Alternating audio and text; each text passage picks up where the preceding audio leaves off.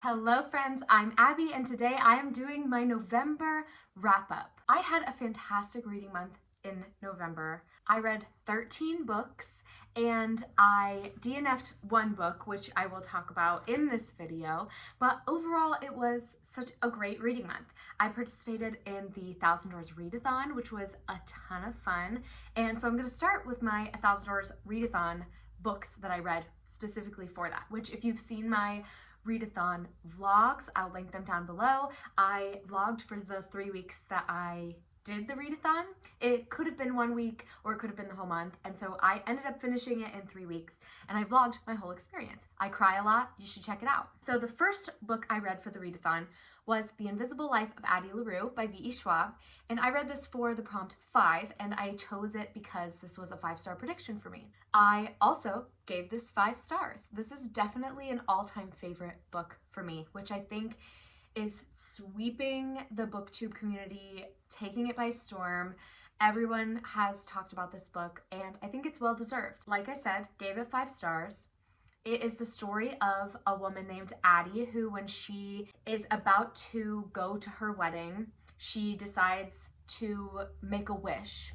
And she's always been told to never pray to the gods that answer after dark. And so she's in the forest praying and praying and praying, and the sun sets, and the only god who answers is a god from the darkness. So she wishes to be free and to have no ties to anything, and the god answers her wish and makes her immortal. Now the twist is that nobody will ever remember her, so people are forgetting her in like the first few seconds that they meet her. If they see her and then turn around, they don't remember that she's there. This causes all kinds of problems, all kinds of struggles for Addie as she goes through the book. This book does span from the 1700s up to kind of modern day, which was fascinating, and I loved that.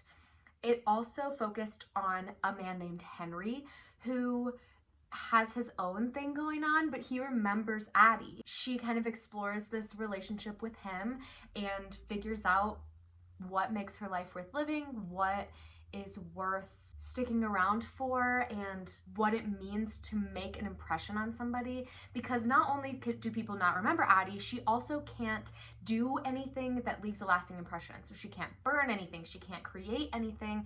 So not only is this book about her and her struggles with being forgotten, it's just an overall story about what it means to make an impact on the world and kind of leave your legacy. She can't leave a legacy because she can't leave a lasting impression on anybody, and Henry kind of throws a wrench in this. This is a fantastic, beautifully written story that really just tugged on my heartstrings and made me emotional. The ending got me and made me cry like it did everyone else. And if you love broad, sweeping, lyrical writing, books that are not incredibly action-packed, but instead are deep, deep dives into characters and life and what makes life worth living, I think that you would like this book. I definitely did. I highly recommend it. Next, for the readathon, I read Wicker Kingdom by Leigh Bardugo, and I read this for the prompt that Meg put out that was, "I'm back." It was a meme. It was everything.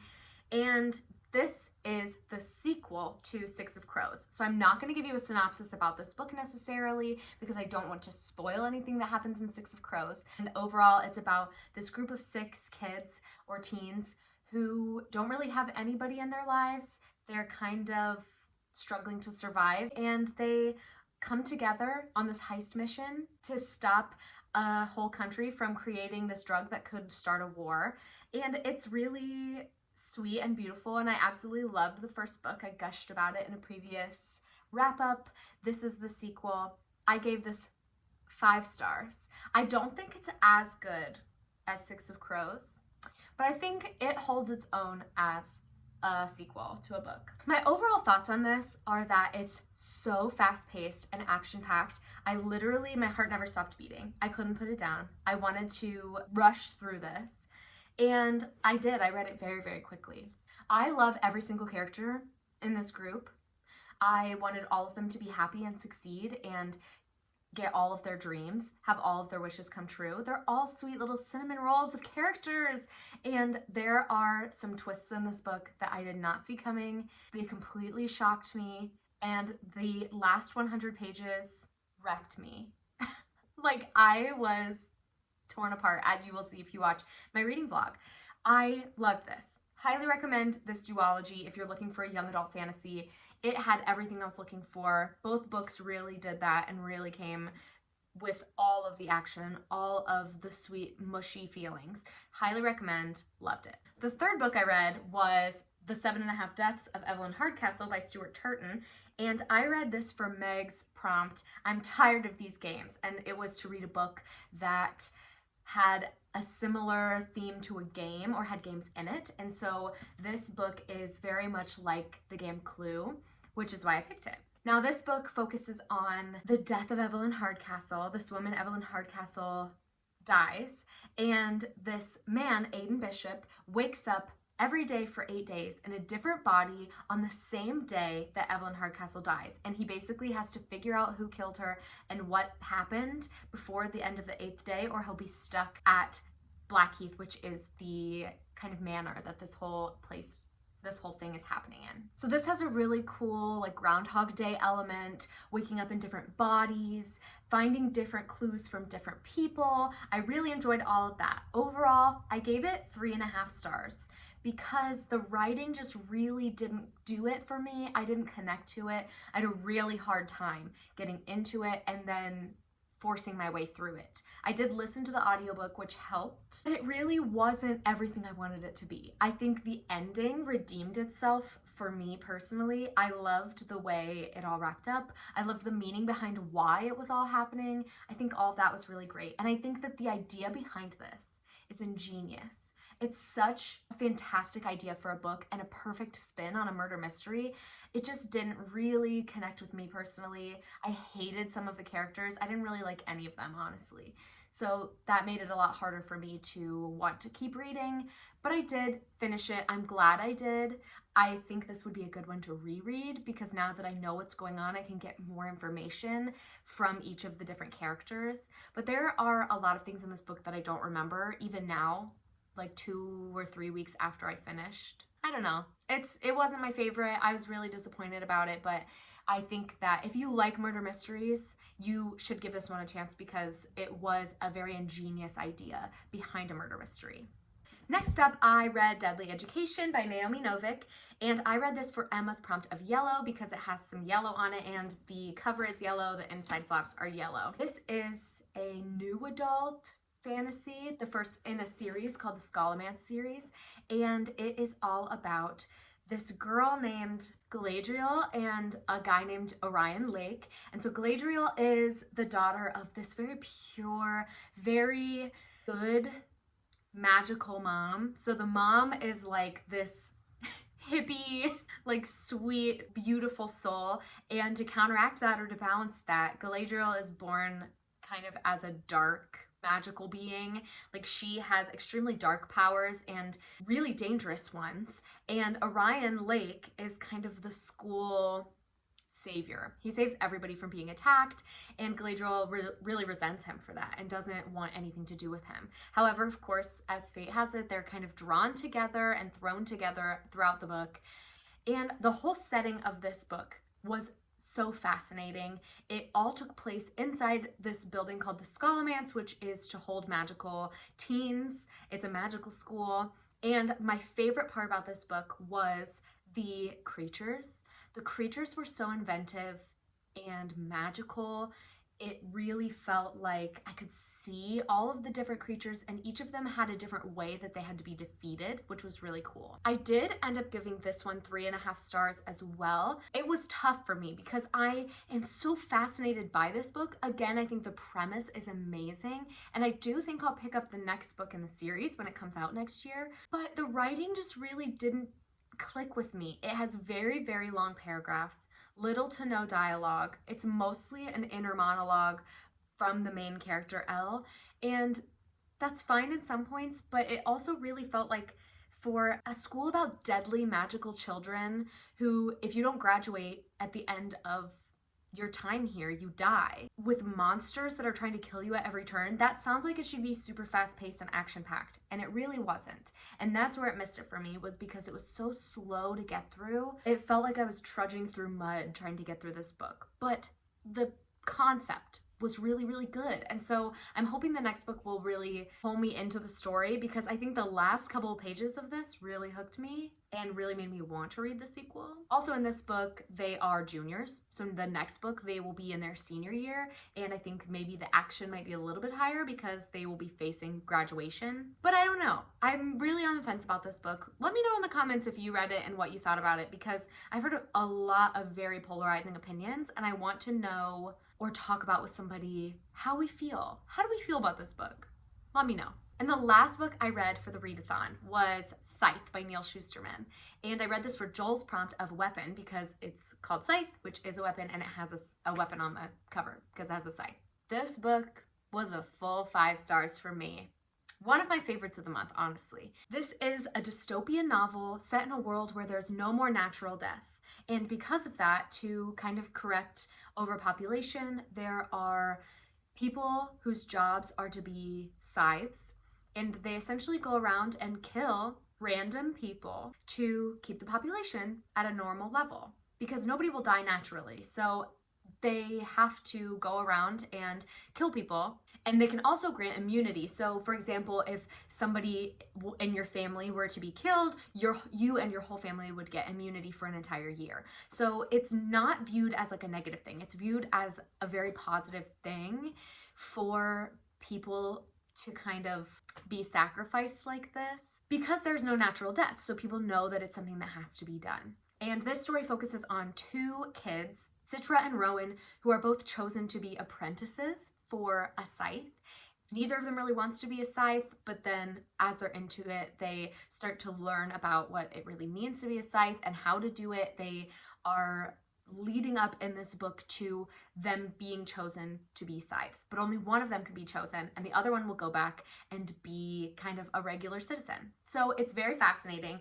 This book, again, very fast-paced. It had very strong Hunger Games vibes. I loved the dystopian setting and learning about what scythes do and what a good moral scythe should be. There's a very strong discussion on morality in this and on what's important to consider when you are making big decisions like this that affect lots of people's lives. I think that there's a lot of pressure on both of them from a whole bunch of different sides to do things a different way or a certain way, and the way that they handle it is so beautiful to me. I think this story as a whole was written fantastically. I read it quickly. It was really well written and well thought out. I've heard that it gets less well structured as you go through the series, but I am excited to pick up the sequels to this because I loved this book. It was definitely a full 5 stars. So if you're looking for a young adult dystopian novel, maybe you loved Hunger Games and you haven't really found anything since then that you connected with super strongly, this is it. This is what you want. Now that I've talked about the readathon, let's get into the other books I read this month. So this month I read The Wrath and the Dawn by Renee Ahdieh, and I also read the sequel, The Rose and the Dagger. So The Wrath and the Dawn, I gave 4.5 stars. I thought this was beautiful. This is an Arabian Nights retelling, kind of, but it focuses on the story of Scheherazade, who is a young woman who decides to sacrifice herself to marry this king, who the king is known for marrying his wives and then killing them the next day. Nobody knows why, but he's known as the murderer king. And she sacrifices herself because she believes that she's going to find a way to kill this king and to stop him from killing these women because he killed her best friend. So it starts off with a bang. It literally blew my mind from the very first page. And the strength that Scheherazade has in this, just a strong female protagonist who has an idea of what she wants and isn't afraid to go after it. Lovely, fantastic. The other things I loved about this book were the tension, the romance. If you're looking for a young adult fantasy romance, again, this is it. I loved the characters in this, and I loved getting to see the different perspectives and find out information as you go through the book. You don't have all the information at the beginning, and it takes a long time for you to get it, but I really wanted to know. The audiobook for this was great as well, so if you're looking for an audiobook, that it was a great one. The narrator is fantastic. Now, the things I struggled with in this book. There is a hint of magic, but not enough magic. I really wanted more. It's like discussed kind of that Scheherazade might have magical powers, but it's not really elaborated upon. I think the ending to this was a great cliffhanger, but I wish we had had more of Khalid's perspective throughout this book. We got a lot of Scheherazade in this book, and I wish we had had more of the other characters. So then let's talk about The Rose and the Dagger. I gave it 4.5 stars. I thought it was a fantastic sequel. This is a duology, so it was the end of the duology, the end of the story. Again, fantastic. I think something else I didn't mention about Wrath in the Dawn was that there are times where it switches to Scheherazade telling a story, like telling a bedtime story to Khalid. And I didn't love that because I had a hard time figuring out why that story was connected to the plot. I think if I went back and looked, I could probably make the connection, but I just didn't love it.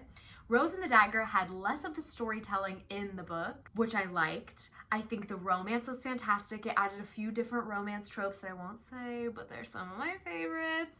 I absolutely loved it. I loved that Rose and the Dagger had more magic. It's a lot more about magic and developing that magic as well. What I didn't like about it was that it was more political, which I didn't mind, but the reason I didn't like it is just the way it was done. So Rose and the Dagger, whereas Wrath in the Dawn was mostly Shahrazad's perspective, Rose and the Dagger kind of switches back to between a lot of different people.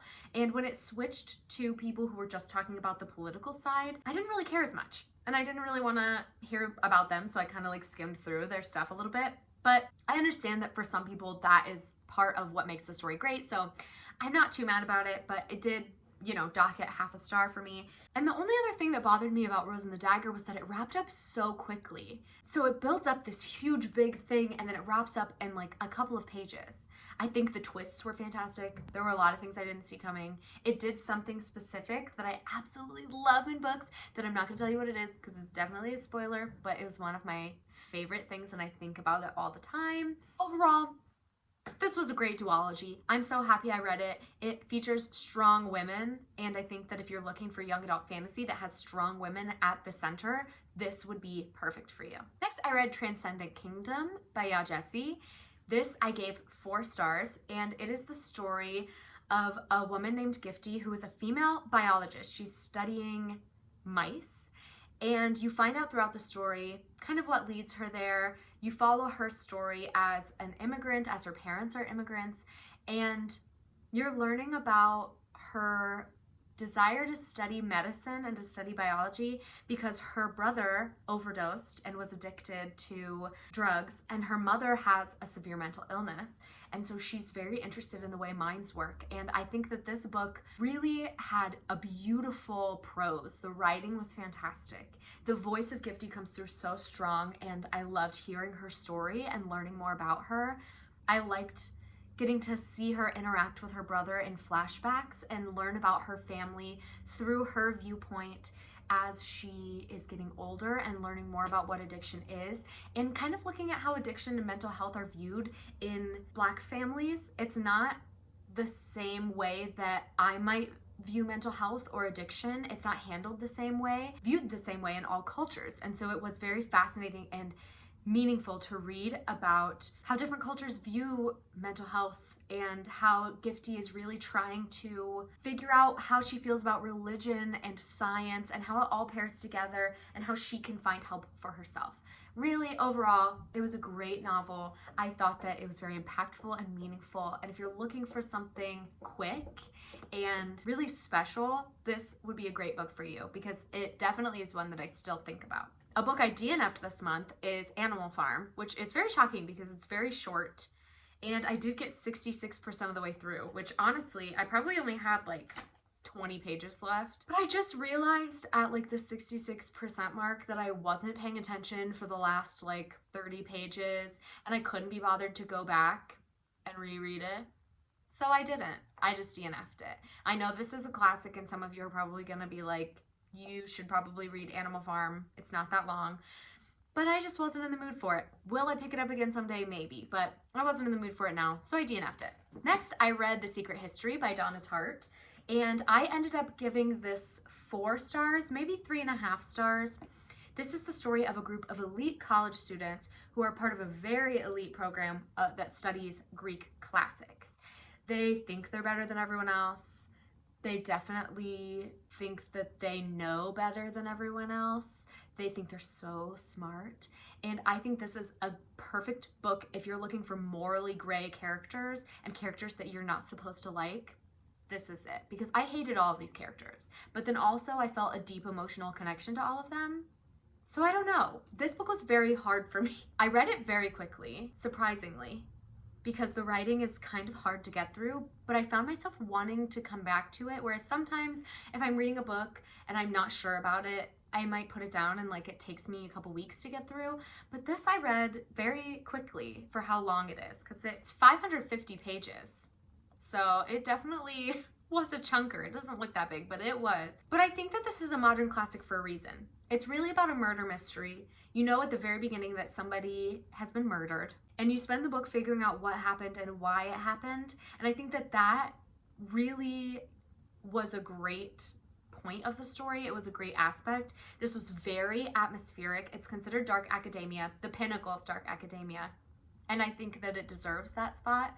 It definitely was dark, and it had very academia vibes. Everyone wore a sweater vest. Everyone was doing homework or drugs or doing something really dark. And I enjoyed it. I don't really know how to put my thoughts into words, but if you've been thinking about picking it up, I would highly recommend it, because this is, again, very polarizing.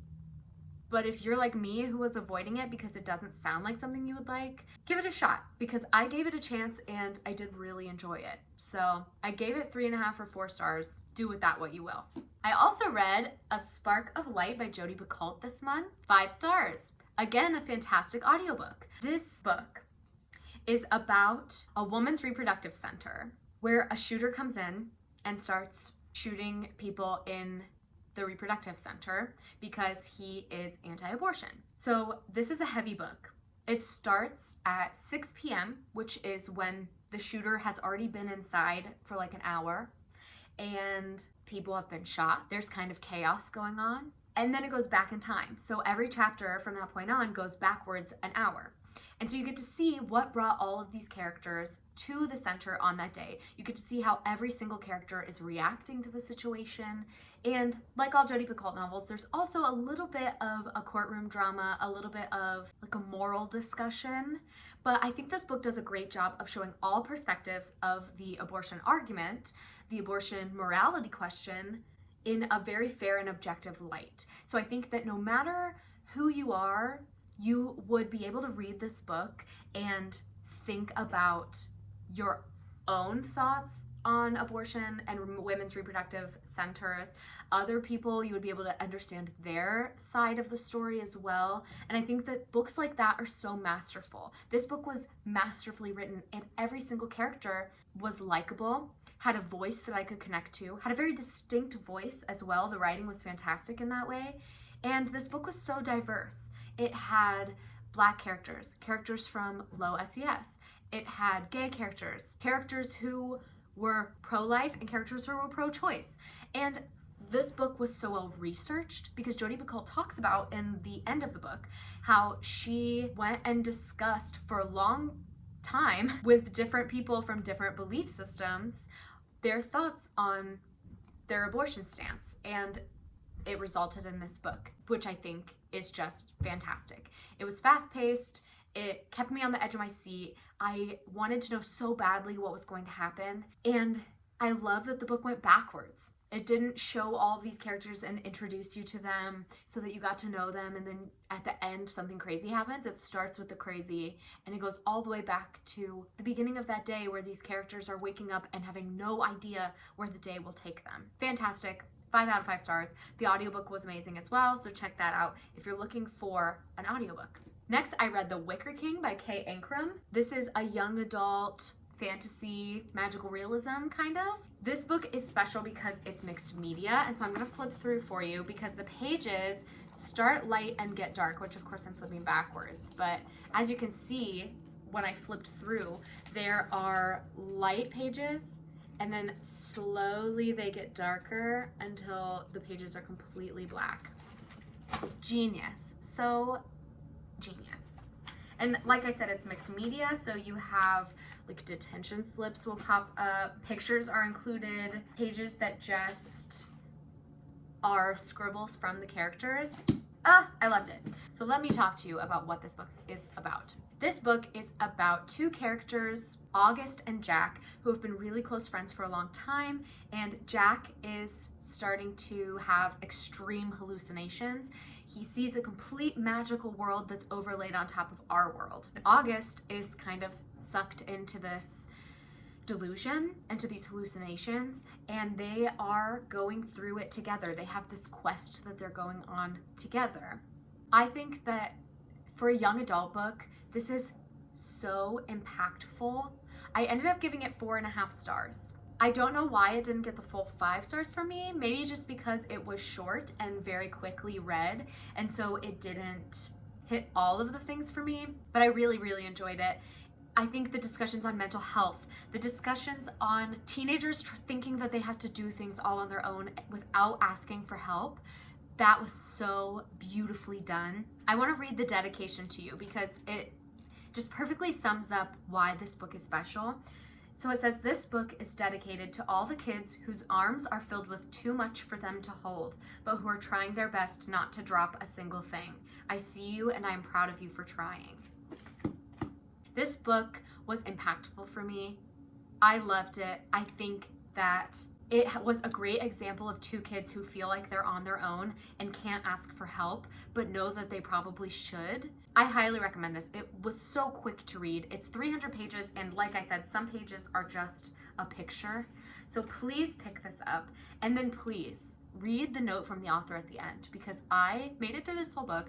I was very impacted by it, and then I read the author's note at the end, and I sobbed. Read this book. It was great. I highly recommend it. Next, I read Memories in the Drift by Melissa Payne, and this was my Amazon First Reads choice for the month. I gave this book 5 stars. This book is about a woman named Claire who has lost her short-term memory 10 years prior to the start of this book. So at the start of this book, she's 36. And she has a system in place for remembering things or for helping her get through the day because she can't form new memories. When she wakes up, she is still 26 years old and she has to remind herself of everything that has happened basically in the past 10 years. Of course, that's exhausting and overwhelming, and so she's kind of dealing with the stress of that. This book was so inspiring and magical in the way that you see this woman who should be broken down and should be so overwhelmed and frustrated, but she's not. She is holding strong and trying, forming relationships, and really doing her best to live life to the fullest when she can't remember anything. I think if you love 10,000 First Dates, you would like this. It has a cute romance in it. The man in the romance reminds me a lot of Tate from Where the Crawdads Sing. So if you liked Where the Crawdads Sing, maybe you would love this book. And there were 3 big twists in this book. I will say I saw all 3 coming, not from the very beginning though. Like, not even from when the twist was like starting to be introduced. Maybe like 10 pages before I got to each twist, I figured out what was going on. And I didn't necessarily mind that. I don't mind when I can figure the twist out, when it's not a thriller especially. Like if I figure it out when it's the thriller, it's like, that takes some of the fun out of it. But in like a literary fiction book like this, it doesn't bother me. And in fact, it like built up the emotion for me as I was figuring out along with the characters what was going on. I cried 4 times while reading this book. So if you're gonna read it, prepare to be emotional. But overall, it was a full 5 stars. I bought a physical copy mostly because this cover is astounding to me, but also because I loved it so much that I wanted a physical copy. Highly recommend this book. I got it for Amazon as my Amazon First Reads choice, as I mentioned, for the month of November, but it's definitely available on Kindle for like $5.99. So if you have a Kindle, I would recommend it. And last, but certainly not least, Bringing Down the Duke by Evie Dunmore. I will scream about this book. I'll scream about it. I loved this book, a full 5 stars. This is a historical romance set in 1879 in England. The women's suffrage movement in England is happening. Women are trying to get the women's property law passed, something like that. And the main character, Annabelle, is going to Oxford University, which is a big deal for women back then. It was a huge deal to be allowed to go to college or to have the money to go to college. So she's at Oxford University under a scholarship, and she joins this women's suffrage movement and agrees to kind of go out and campaign. She is given the Duke Montgomery, and she has to convince him to support the women's suffrage movement. Of course, there's a romance in here. It's so beautiful. It's steamy. It has a deep, meaningful message. There are discussions about women's rights and supporting women in this. There are some fantastic romance tropes, including enemies to lovers, including friends to lovers. I loved everything about it. I never wanted to stop reading, and I never wanted to leave this world. I definitely think I'm going to pick up the sequel, but this was everything. If you love romance, especially historical romance, but I think if you don't love historical romance, you should give this a chance because it's unlike any historical romance I've read. Just saying. I think that you would love this book. Whoever you are, pick this book up. It's fantastic. It's a great message, and the characters are all wonderfully, fully fledged characters who have full story arcs. So pick it up. That is going to be all for me today, friends. Thank you so much for watching. Please like, comment, subscribe, share this video with anyone who you think would enjoy it. Comment down below what books you read in November, what your favorite book was that you read, and I will see you all next time. Bye, friends.